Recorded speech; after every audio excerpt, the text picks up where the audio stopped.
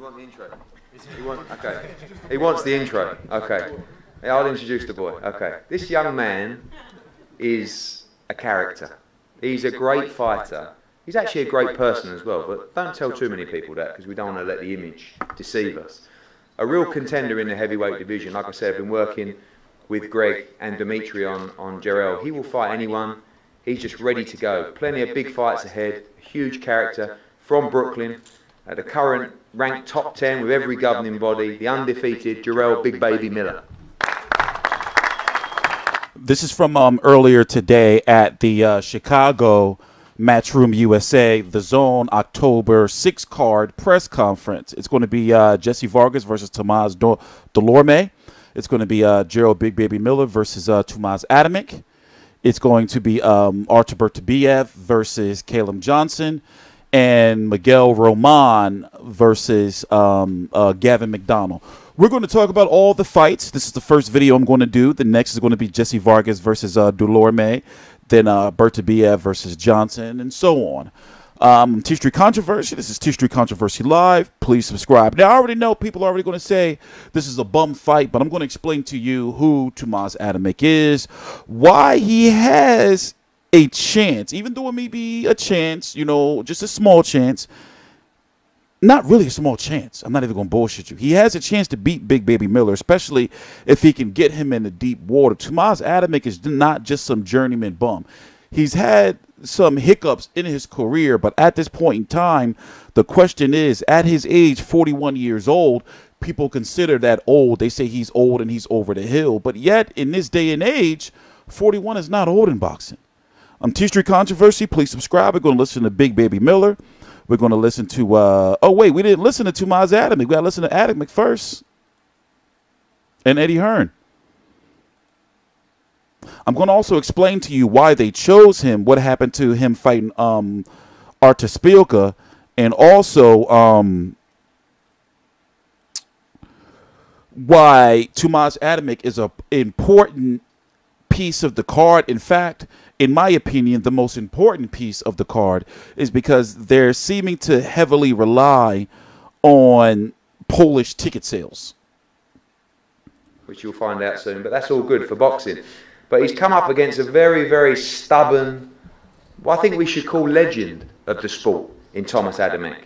And this city has been very, very special to Thomas Adamek over the years. He's had some huge nights in Chicago, and he has a big spring in his step, and he truly believes that he can beat Jarrell Miller on October the 6th. Firstly, I'd like to welcome up, as I said, a legend of the sport, one of the true heroes of Poland. And as you know, Chicago has one of the biggest populations outside of Poland. It's a huge Polish community here, and this man is, like I said, a hero within that. Please welcome up to the stage, Thomas Adamek. First, thank you, Eddie, for opportunity. Fight in Chicago again. 13 years ago, that was my first fight. When I came from Poland, I win the fights, everybody knows. I'm very happy. Come again. My friends call me Thomas. You are ready to fight in Chicago? Absolutely. October 6th is my day. I'll be best. Monday we start camp. I want to say good luck for my opponent. I'm respecting him, he's a good boy, young boy, but I'm older and smarter. We'll see who is the better October 6th. Thank you very much.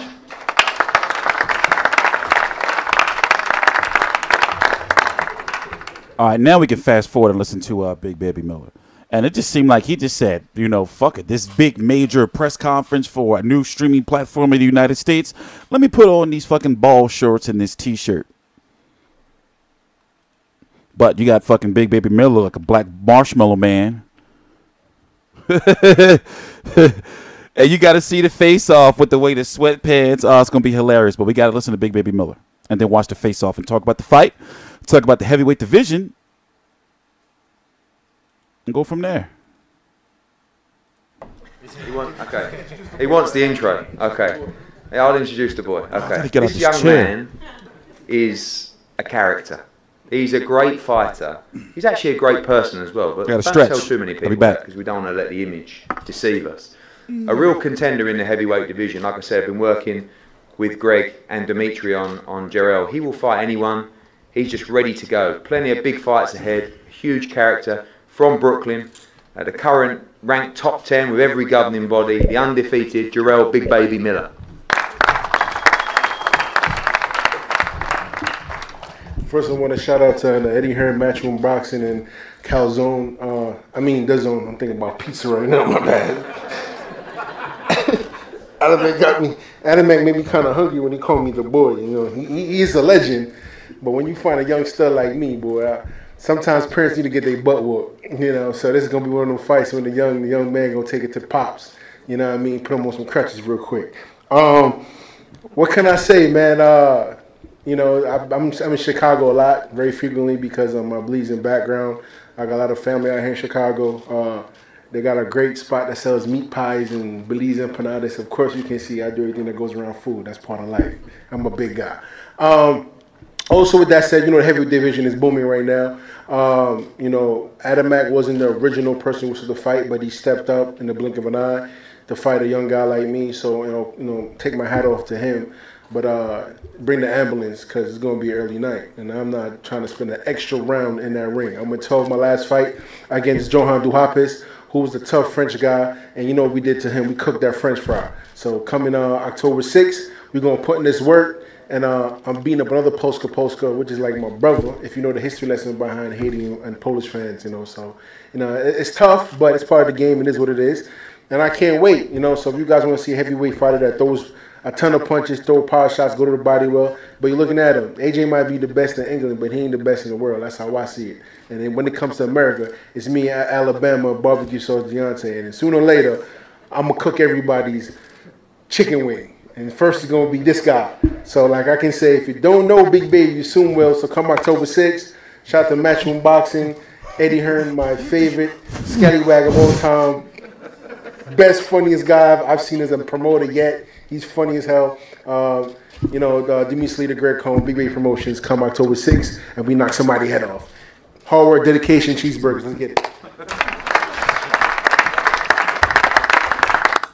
Let's go get the face off. And then we can talk about the fight. It's the sweatpants. It's the sweatpants. He didn't gain that much weight.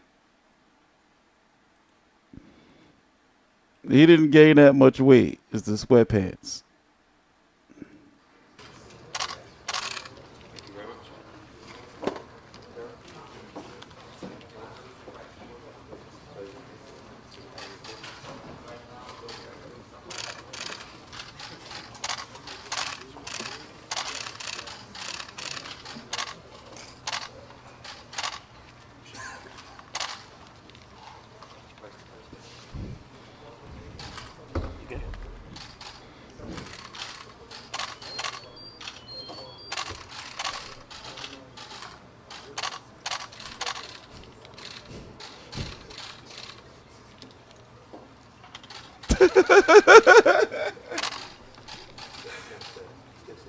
Oh, man. He do look like the Marshmallow Man, though. But let's go talk about the heavyweight division. I've been wondering. This is one more time. Oh, man. Thank God that sweatsuit is white and blue. White, red, and blue. But he wants to fight the winner of this fight. This fight. Manuel Char is fighting Fresno Quindo on September the 29th for the WBA World or regular title. Remember, Anthony Joshua was the super champion. Trevor Bryan versus BJ Flores is being heavily rumored that this fight that's taking place this weekend. I'm trying to find a way to watch it and cover it. Apparently, it's going to be untelevised, but it's a rumor going around that this fight is going to be for the winner of Char versus Oquendo. Therefore, Big Baby Miller or Dylan Whyte, who's also said after he beat Joseph Parker that he wants Manuel Char or Fresno Oquendo winner. So it makes sense to me. It's like, well, why didn't you guys fight Kubrat Pulev, which would have got you a shot at the IBF title within a year because the IBF makes sure you get your mandatories. In the case of the WBA and the WBO, the other belts that Joshua holds, Alexander Povetkin is currently the mandatory for both. That fight is taking place on September the 22nd, by the way, on the Zone here in the United States, and it's actually going to be free here in the United States because it's the free trial when they're launching the platform, 30 days free, you know. So I'm gonna make sure that something bit me. I'm gonna make sure that when the Zone, for example, let's go take a real quick look. I'm gonna make sure that when it's launched, that I'm gonna do a thorough. I'm gonna buy it. I'm gonna show you how to buy it. I'm gonna do a thorough video. We're gonna go around. I'm going to look at every single little teeny tiny piece of the website. Here's their schedule right here. You know, you can go. I'm not gonna read all of it to you. This ain't motherfucking reading Rainbow, but I'm wondering, like I said, why didn't they go after the IBF, you know, Kubrat Pulev? And I can understand, you know, Jarrell Big Baby Miller said he didn't want to go to Bulgaria. I can understand that. But they're not going to be, for example, in regards to the WBA, Joshua's not going to have another title shot, another mandatory for the WBA and the WBO, since he's the super champion for both WBA and WBO, until 18 months after September, which is what? Going to be motherfucking February, March of 2020. Right? Now, don't get me wrong. Of course, there are going to be people up in the uproar that say, "Raw, but Deontay Wilder's mandatory is not due until raw." But in this case, people are saying that this is a trash bum fight and that Jarrell Big Baby Miller is trying to talk himself into a title shot or a Joshua fight. Understand that Tomasz Adamek brings in a lot of money in regards to boxing in Chicago. You know, the Polish boxing fan base is strong in Chicago, in New York. They support. As guys like Krzysztof Glowacki, Artur Szpilka, because remember, they were looking at Artur Szpilka first, and then they settled on Tomasz Adamek. Tomasz Adamek is a bigger overall name than Artur Szpilka, even though Szpilka is younger, you know. But as it stands right now, understand that before he got knocked out by Eric Molina, he was winning this fight, and this was basically kind of like another comeback trail for him because he had retired. He's retired twice, actually. He retired after the Artur Szpilka fight, which was a big Polish fight. He retired, then he, you know, came back nearly a year later, won this Eric Molina fight. He was winning on the cards, got stopped. Solomon Humanu, who fought Joseph Parker, Fred Koss, you may remember him. You know, he should have had a win over Chris Arreola. He was also recipient of being the recipient of the knockout of the year against Amir Mansour a few years back. He fought Huey Fury, and then you got Joey Abel.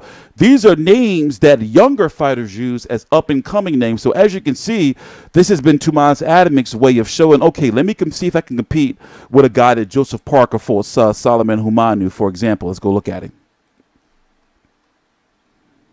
See, he fought Joseph Parker, then went on to fight Tomasz Adamek. That you can tell what they were doing right there in the promotion of that.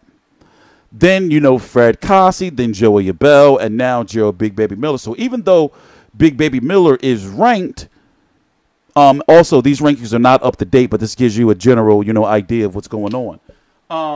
Even though, you know, Tomasz Adamek is not ranked, if he beats Jarrell Big Baby Miller, he is ranked. And I think that he has a chance if he can get the fight into deep, you know, into, as they say, deep waters, you know, past 7-8 rounds, because he does have the experience. And this is by far, if you look at, you know, depending on how you look at Gerald Washington, you know, Tomasz Adamek has a lot of experience. Former WBC 175-pound champions with fights like Chris Arreola, with fights like Vitaly Klitschko, you know, Steve Cunningham, whatever you thought of the outcome of those fights. Still, looking at it, you have to ask, at this point in time in boxing, in this day and age, how old do you consider 41? You see what I'm saying? I mean, and then the motivation behind it, he's fighting on a new platform in a big fight where he's the underdog. I mean, you never know what he has left. A lot of questions are going to be answered about Big Baby Miller, and in no way, shape, or form I'm going to say this is a bum fight.